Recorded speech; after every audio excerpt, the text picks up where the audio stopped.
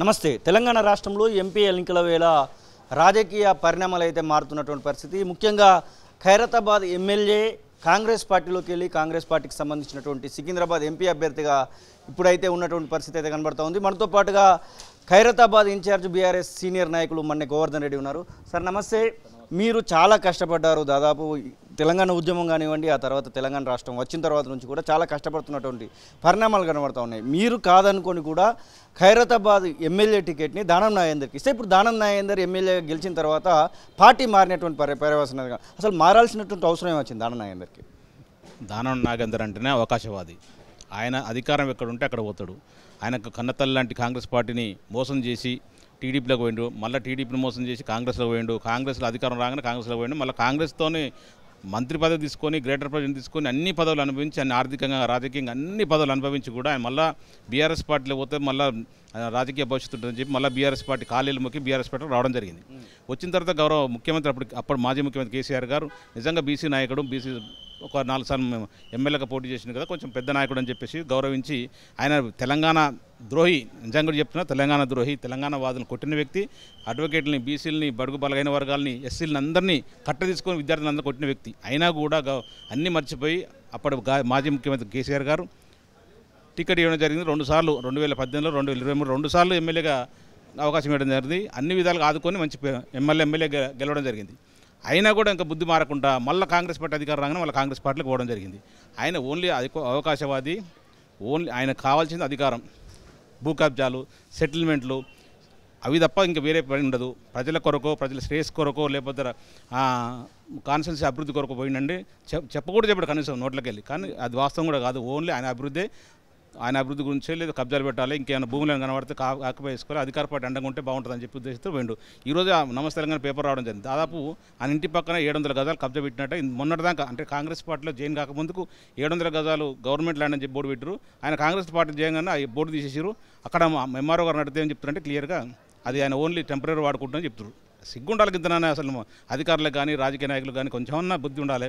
Temporary వాడుకోవడం ఏంటంటే గవర్నమెంట్లో చిన్న పేదవాడు ఒక 50 గజాలు ఇల్లు కట్టుకోవడం, చిన్న గుడిసేసుకుంటే 2 నిమిషాల్లో ఆగా మేకను వచ్చేసి వాళ్ళు ఇబ్బంది పెట్టేసి వాళ్ళ తిండి గ్యాస్ని ఇంట్లో గిన్నెలు కూడా బయటెత్తేస్తారు. అట్లాంటివి వదిలేసి ఈరోజు ఆయనకైతే 700 గజాలు అంటే ఫ్రీ గట ఏదో టెంపరీ వాడుకోవడానికి ఇచ్చారని చెప్పి చెప్తారు. ఇది వాస్తవం, ఇది 100% తప్పు. అధికారులు ఇప్పటికైనా మేలుకోవాలి. ఖచ్చితంగా అది గవర్నమెంట్ స్థలంగా బోర్డు పెట్టాలి, గవర్నమెంట్ ఆక్యుపై చేసుకోవాలి, ఆడున్న కబ్జాలంతా తొలగించాలని కోరుతున్నాం. ఈ సందర్భంగా సికింద్రాబాద్ నుంచి ఎంపీ అభ్యర్థిగా ఇప్పుడు బరిలో ఉన్నటువంటి పరిస్థితి కనబడుతూ ఉంది. ఎట్లా ఉండబోతుంది? మీ పార్టీకి సంబంధించినటువంటి అభ్యర్థిగా అక్కడ ఉన్నటువంటి పద్మారావు గౌడ్ కనబడతా ఉన్నారు, సికింద్రాబాద్ ఎమ్మెల్యే. ఎట్లా ఉండబోతుంది ఓవరాల్గా సికింద్రాబాద్ పార్లమెంట్ నియోజకవర్గం? దానం నాగేందర్ అనే వారికి సిగ్గు శరం ఉంటే, నిజంగా కూడా దమ్ము ధైర్యం ఉంటే ఖచ్చితంగా మా పార్టీ నుంచి, మా బీఆర్ఎస్ పార్టీ నుంచి కారు గుర్తు మీద పోటీ చేసి ఎమ్మెల్యే గెలిచిండు. ఫస్ట్ రిజైన్ చేయాలి. నిజంగా ఏమాత్రం కామన్ సెన్స్ ఉన్నవాడు కానీ బుద్ధున్నవాడు కానీ కంపల్సరీ రిజైన్ చేసిన తర్వాత కాంగ్రెస్ పార్టీకి పోలేదు. నిజంగా కాంగ్రెస్ పార్టీ పోయిన తర్వాత మళ్ళీ ఇమ్మీడియట్ కాంగ్రెస్ పార్టీ ఎంపీగా పోటీ చేస్తుండే. అసలు ఇది ఎక్కడ వైరుధ్యం ఉందా? అసలు ఇక్కడన్నా ఒక పార్టీలో ఎమ్మెల్యేగా ఒక గుర్తు మీద, ఎంపీగా ఒక పార్టీలో గుర్తు మీద పోటీ చేయడం అనేది సిగ్గుమాలిన చర్య. అసలు రాజకీయాలకే ఇది హేయమైన చర్యగా భావిస్తున్నాం.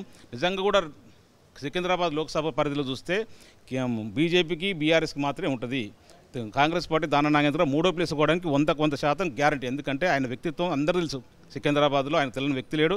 సికింద్రాబాద్లో అధికారం ఎక్కడ ఉంటే అక్కడ కన్న పార్టీని, ఉన్న పార్టీని, ఆయనకు అవకాశం ఇచ్చిన పార్టీని కాదని చెప్పేసి, లేదైతే అవకాశం కొరకు వేరే పార్టీలకు పోయే సందర్భం ఉంటుంది. కాబట్టి ఖచ్చితంగా ప్రజలు బుద్ధి చెప్తారు. ముఖ్యంగా ఖైరతాబాద్ కాన్స్టిట్యూన్సీ ప్రజలందరూ కసి మీద ఉన్నారు. మొన్న కాంగ్రెస్ పార్టీ కార్యకర్తలతో కాంగ్రెస్ పార్టీ కొట్లాడి మీకు ఎమ్మెల్యే గెలిపిస్తే అదే కాంగ్రెస్ పార్టీ ఎవరిని సంప్రదించకుండా, ఎవరిని అడగకుండా కాంగ్రెస్ పార్టీ జైన్గా కనగొప్పుకొని ఇప్పుడు ఎంపీగా పోటీ చేస్తుండు, కబ్జాలకు ప్రయత్నం తెరదీసిండు.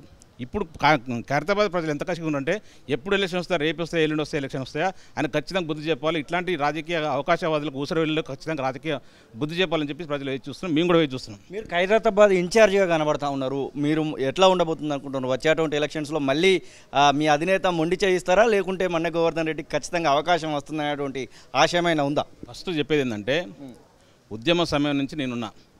ఉద్యమ సమయంలో 2014లో గౌరవ అప్పుడు ఉద్యమ నాయకుడు కేసీఆర్ గారు టీఆర్ఎస్ పార్టీ ప్రెసిడెంట్ నాకు అవకాశం ఇచ్చిందంటే ఆ రోజు పార్టీ హైదరాబాద్ లేదు, ఓడిపోవడం జరిగింది కొన్ని ఓట్లతోటి. తర్వాత ఏదైతే ఇప్పుడు కాంగ్రెస్ నుంచి వచ్చి మన పీఆర్ఎస్ పార్టీ 2014 అవకాశం ఇచ్చిండో ఆయన ఇచ్చిన తర్వాత కూడా ఇలాంటి చిల్లర పనులు చేయడం అసలు ముఖ్యమంత్రి కూడా తెలుసు అప్పటికి, కానీ ఇప్పటికైనా మారుతున్న అనుకోని అవకాశం ఇవ్వడం జరిగింది. అయినా కూడా ఆయన మారే అవకాశం లేదు. ఓన్లీ ఆయన అవకాశం కొరకు ప్రయత్నం చేస్తున్నాడు. ఖచ్చితంగా ఖైరతాబాద్ కాన్ఫరెన్స్లో ఆయన బీఆర్ఎస్ పార్టీలోకి వచ్చినప్పుడు ఆయన సింగిల్గా వచ్చిండు, పోయేటప్పుడు కూడా సింగిల్గా పోయిండు. ఆయన వల్ల పార్టీకి ఇచ్చిన నష్టం లేదు, లాభం లేదు. ఆయన పార్టీకి వచ్చినప్పుడు 10 మంది కార్యకర్తలు తీసుకురాలేదు, పోయేటప్పుడు 10 మంది కార్యకర్తలు తీసుకోలేదు. ఆయన వల్ల పార్టీకి నష్టం లేదు, లాభం లేదు. ఆయనకే మా పార్టీ వల్ల లాభపడ్డాడు. 2 సార్లు ఎమ్మెల్యే అయ్యిండు. 100% మా పార్టీ పుణ్యం అంటూ, మా కార్యకర్తల పుణ్యం అంటూ, మా ఉద్యమకారుల పుణ్యం అంటూ ఆయన 2 సార్లు ఎమ్మెల్యే అయ్యిండు. ఈరోజు సిగ్గు లేకుండా మళ్ళీ కాంగ్రెస్ పార్టీకి పోయిండంటేనే ఇంత సిగ్గుమాల చర్య అర్థం చేసుకోవచ్చు. దానివల్ల నష్టం లేదు. కార్యకర్త అంతా పటిష్టంగా ఉంది ఖైరతాబాద్ కాన్ఫరెన్స్లో. రాబోయే రోజుల్లో ఖచ్చితంగా ఖైరతాబాద్ కాన్ఫరెన్స్లో మంచి మెజార్టీతో, ఆయనకు లాస్ట్ టైం 2023లో 21 చిల్లర మెజార్టీ వచ్చింది. ఇప్పుడు బై ఎలక్షన్ వచ్చి లేదా డిస్క్వాలిఫై వచ్చినప్పుడు దాదాపు 40 నుంచి 50 మెజార్టీ ఖచ్చితంగా గెలుస్తాం. ఆయనకు ఖచ్చితంగా బుద్ధి చెప్పే బాధ్యత మాది. అటువంటి అభ్యర్థి మన్న గోవర్ధన్ రెడ్డేనా అనేది మా ప్రశ్న. ఎందుకంటే వేరే వాళ్ళని మారిస్తే వాళ్ళతో ఇంకా ఇట్లనే మీరు పని చేసుకుంటూనే వెళ్తారా అనేది మీ అభిమానులు అడుగుతున్నటువంటి ప్రశ్న. కేసీఆర్ గారు, మా పార్టీ ప్రెసిడెంట్, మా వర్కింగ్ ప్రెసిడెంట్ కేటీ రామారావు గారు క్లియర్ చెప్పడం జరిగింది. పోయిన వాళ్ళు పోనీయండి, ఖచ్చితంగా జెండా మోసిన వారికి ఈసారి అవకాశం ఇస్తానని చెప్పారు.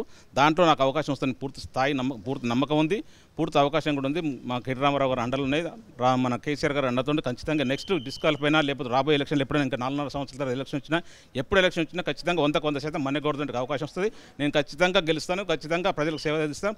ప్రజలకు ఖైరతాబాద్ కాన్సెప్ట్ ప్రజలు తెలుసు. నేను 24 గంటలు నాకు మా పదవి ఉన్నా లేకపోయినా, నన్ను కొంత ఎమ్మెల్యేగా ఉండి దాన నాగేంద్ర ఉన్న నన్ను పక్కన పెట్టినా కూడా నేను ఎప్పుడు ప్రజల్లో ఉన్నా. ప్రతి చిన్న కార్యక్రమానికి, పెద్ద కార్యక్రమం, మంచికి, చెడుకు, సంతోషానికి, బాధలకు అన్నిటికీ కూడా ప్రజలతో ఉన్నా కాబట్టి, ప్రజలతో మమేకమైన కాబట్టి 100% నన్ను కోరుకుంటారు, ప్రజలు కోరుకుంటారు. కేసీఆర్ కూడా నాకు ఆశీర్వాదం ఉంటుందని చెప్పి, కేటీ రామారావు గారు ఆశీర్వాదం ఉంటుందని మనస్ఫూర్తి నమ్ముతున్నా. ఖచ్చితంగా ఈసారి గెలిచి తీరుతాం. ఖైరతాబాద్ లీడర్లతో ఏమైనా మీటింగ్ పెట్టేటువంటి ప్రయత్నం చేస్తున్నారా? మొన్న ఎంపీ ఎలక్షన్స్ సందర్భంలో పెడుతున్నటువంటి సందర్భం అయితే ఉంది. కేవలం ఖైరతాబాద్ ఎమ్మెల్యే సెగ్మెంట్ కోసం మీరు ఏమైనా ప్రయత్నాలు పావులు కలుపుతున్నారా? మొన్న ఆదివారం రోజు, అంటే నిన్న కాక మొన్న ఆదివారం రోజు ఖైరతాబాద్ కాన్స్టిట్యున్సీ సికింద్రాబాద్ లోక్సభ పరిధిలో ఉన్న ఖైరతాబాద్ కాన్స్టిట్యున్సీలో మొన్న సమన్వయ కమిటీ మీటింగ్ పెట్టడం జరిగింది.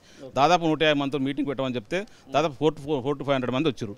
ఎంత ఇష్టంతో వచ్చినట్టు దాదాపు మీటింగ్ స్టార్ట్ అయితే 9:30కి 10కి స్టార్ట్ అయితే 1:32 దాకా ఖచ్చితంగా కదలకుండా కూర్చుంటే ప్రజలు ఎంత ఇష్టంతో కూర్చున్నారో, కేసీఆర్ గారి మీద, కేటీఆర్ మీద ఎంత విశ్వాసం ఉందో, పార్టీ మీద ఎంత విశ్వాసం ఉందో మనం అర్థం చేసుకోవాలి. ఎవ్వరు కూడా జనరల్గా ఏ మీటింగ్ అయినా సరే ఏదో సరే 2 మాటలు వచ్చి జర్సేపు కూర్చొని కొంచెం వెళ్ళిపోతుంటారు కదా.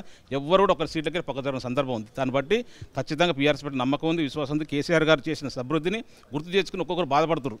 ఈరోజు విలేజ్లో కానీ, హైదరాబాద్లో కానీ అసలు కర్మగాలి కాంగ్రెస్ ఓటేస్తుంది. కాంగ్రెస్ అంటేనే కరెంటు పోతుంది, కాంగ్రెస్ అంటేనే స్కామ్లు ఉంటాయి, కాంగ్రెస్ అంటేనే ఎలాంటి అభివృద్ధి ఉండదు, ఓన్లీ వాళ్ళ నాయకులు అభివృద్ధి ఉంటుంది తప్ప ఏముంటుంది చెప్పి కొంచెం ఏదో మర్చిపోయి ఎంత అమలు కానీ హామీలను ఇచ్చిన Congress party, PCC president Revanth Reddy గారు సోయి తప్పి అనవసరంగా రాజకీయం చేస్తుండు. అట్లాంటి వ్యక్తిని, అట్లాంటి కాంగ్రెస్ పార్టీకి బుద్ధి చెప్పాలని చెప్పి ప్రజలంతా చూస్తున్నారు. ఆ విధంగానే ఖచ్చితంగా ఖైరతాబాద్ కాన్స్టిట్యున్సీలో 100% కాంగ్రెస్ పార్టీని ఓడించే విధంగా ప్రయత్నం చేస్తాం. ఇతర పార్టీల నుంచి ఎవరైనా వస్తామంటే తీసుకునేటువంటి ఆలోచన ఏమైనా ఉందా? ఎందుకంటే ఇప్పుడు అక్కడ దానం నాగేంద్ర రావడం వల్ల అక్కడ విజయారెడ్డి కూడా కొంచెం కోపంగా కనబడతా ఉంది.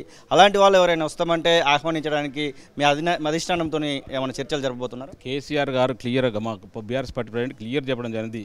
మన ఉద్యమం నాయకులకే లేదా పార్టీ మోసిన వాళ్ళకే, మన పార్టీ నమ్ముకున్న వాళ్ళకి ఈసారి 100% అవకాశం ఇస్తామని చెప్పారు.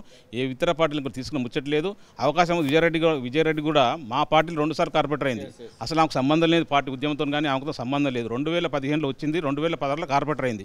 ఆ కార్పొరేటర్ నిమిషం నుంచి మా కాన్స్టిట్యున్సీలలో గ్రూప్లో తగాదాలు పెట్టేసి, హడావుడి చేసేసి, హంగామా చేసేసి ఏదో ఆమె రాజకీయ లబ్ధి పొందాలని చూసింది. అప్పుడున్న ముఖ్యమంత్రి కేసీఆర్ గారు ఎట్టి బస్సులు ఆమె ప్రోత్సహించలేదు. ఆమె గురించి అంతా తెలుసు. మళ్ళీ పార్టీకి రానిచ్చలేదు. మొన్న ఫస్ట్ పోయిన కార్పొరేటర్ మా ఖైరతాబాద్ కాన్స్టిట్యున్సీ హైదరాబాద్లో ఆమె పోయింది. అట్లాంటి వ్యక్తిని తీసుకొని ముచ్చట్లేదు. కేటీ రామారావు గారు కానీ మా ప్రెసిడెంట్ కేసీఆర్ చెప్పడం, ఒక్కసారి పార్టీ వేదికల వెళ్ళని తీసుకుని ముచ్చటలేదు. వాళ్ళ కాళ్ళు మొక్కినా తీసుకొని చెప్తున్నాం. ఇది అందులో విజయారెడ్డి గారు ఉంటుంది. మీకేమైనా గాలం వేసేటువంటి ప్రయత్నం చేస్తే కాంగ్రెస్ పార్టీ అధికార పార్టీలోకి రండి గోవర్ధన్ రెడ్డి అనేటువంటి మాట ఒకవేళ చెప్తే మీ యొక్క రియాక్షన్ ఎట్లా ఉంటుంది? మేమైతే చచ్చిపోయినా బీఆర్ఎస్ పార్టీ చచ్చిపోవాలనుకున్నాం. మాకున్న సన్నిహిత్యం, అంటే కేసీఆర్ గారితో ఉన్న సన్నిహిత్యం అనుకోండి, లేదా ఆశీర్వాదం అనుకోండి, లేకపోతే ఒక తండ్రిలాగా, ఒక గురువులాగా రాజకీయ జన్మనిచ్చిన కేసీఆర్ గారు అప్పటి టీఆర్ఎస్ పార్టీ జీవితంలో మర్చిపోతాను అని మా మనసులో ఉంది. నేను కానీ, మా మిస్సెస్ కానీ, లేదా నా చుట్టూ ఉన్న కార్యకర్తలు కానీ అందరూ కూడా పార్టీలే ఉండాలనుకుంటున్నాం 100%. చాలామంది ప్రయత్నాలు చేశారు. గతంలో బీజేపీ వాళ్ళు ట్రై చేశారు, కాంగ్రెస్ వాళ్ళు ట్రై చేశారు. కానీ మేము ఎక్కడ పోలేదు, పార్టీలో ఉంటాం. మాకు కేటీఆర్ గారితో మాకు మంచి దగ్గర, మాకు అన్నకాడ అన్న లెక్క. మాకు అంతా ఇట్లాంటి అభిమానం వదిలేసి మేము ఎక్కడో పోవాల్సిన అవసరం లేదు. ఖచ్చితంగా సచ్చే వరకు బీఆర్ఎస్ పార్టీలో ఉంటాను.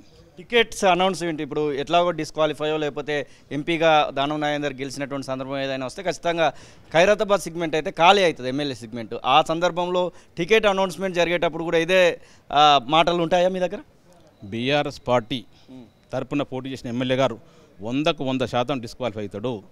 ఎందుకంటే మొన్న సుప్రీంకోర్టు ఆర్డర్ 90 డేస్ లోపల డిసిషన్ తీసుకొని చెప్పి సుప్రీంకోర్టు డైరెక్షన్ ఉంది. దాని ద్వారా ఆయన డిస్క్వాలిఫై అవుతాడు. ఇక ఎంపీగా గెలవడం అనేది మర్చిపోండి. అసలు ఆయన రాజకీయ భవిష్యత్తు శూన్యం అయిపోద్ది. 100% చెప్తున్నా. ఇట్లా పిల్లి మొగ్గలు వేసుకుంటూ గోడ మీద గోపిలాగా అంటే పిల్లి ఇటు అటు ఇష్టమైన తిరుగుతుంటే ప్రజలు కూడా విసిగిపోతున్నారు. అసలు దానందంగా అంటే అసహ్యం ఇస్తుంది. అసలు ఆయన పొలిటికల్ లీడర్ కాదు కదా, ఒక బ్రోకర్ లాగా వ్యవహరిస్తుండు. ఇట్లాంటి దానంగా రాజకీయ నాయకుల్ని ప్రోత్సహించే ప్రసక్తి లేదని చెప్పి ప్రజలు అనుకుంటూ ఖచ్చితంగా 100% ఓడిపోతాడు ఎంపీగా 100%. ఇప్పుడు ఏదైతే మా పార్టీ నుంచి కార్యకర్తలు పోటీ చేసి మరి కాంగ్రెస్ నుంచి ఎంపీకి పోటీ చేస్తుంది కదా, 100% డిస్క్వాలిఫై అవుతాడు. 100% ఎన్నికలు కూడా విత్ ఇన్ 3 months 2 months వస్తాయని చెప్పి ఆశిస్తున్నాం. రావాలని కూడా కోరుకుంటున్నాం. ఇది మన్నె గోవర్ధన్ రెడ్డి చెప్తున్నారు. ఖచ్చితంగా ఇక్కడ ఉన్నటువంటి ఖైరతాబాద్ సెగ్మెంట్లో మాత్రం అవకాశం నాకే వస్తుంది, గెలిచేటువంటి అభ్యర్థి నేనే అనేటువంటి విశ్వాసాన్ని అయితే వారు వ్యక్తం చేస్తున్నటువంటి పరిస్థితి. కెమెరా పర్సన్ సతీష్తో శ్రీనివాస్ తొలివెలుగు, హైదరాబాద్.